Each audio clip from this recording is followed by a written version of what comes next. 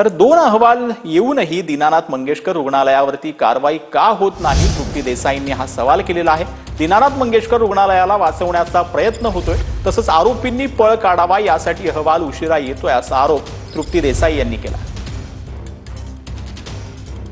दीनानाथ मंगेशकर रुग्णालय जे आहे ते आपण बघतोय की भारतीय जनता पार्टी किंवा राज्य सरकारच्या जवळच्या लोकांचा आहे आणि म्हणूनच कदाचित वाचवण्याचा प्रयत्न होतोय का? कारण आपण बघितलं की 2 अहवाल आले तर कारवाई करा ना।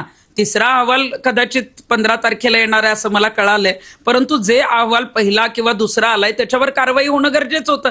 काहीच कारवाई होत नाही याचाच अर्थ राज्य सरकार कुठंतरी दीनानाथ मंगेशकर रुग्णालयाला वाचवण्याचा प्रयत्न करतंय।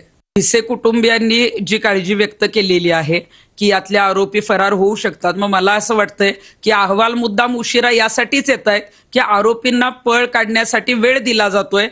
एवढं राज्यात प्रकरण गाजलेलं आहे, पहिला अहवाल तातडीनं आला, मग हा ससूनचा अहवाल यायला इतका उशीर का लागतोय? मग आरोपींना कुठंतरी वाचवण्याची यंत्रणा वरिष्ठ लेवलवरून सुरू आहे का? आणि आरोपींनी पळ काढावा यासाठीच मग अहवाल कदाचित उशिरा येतात।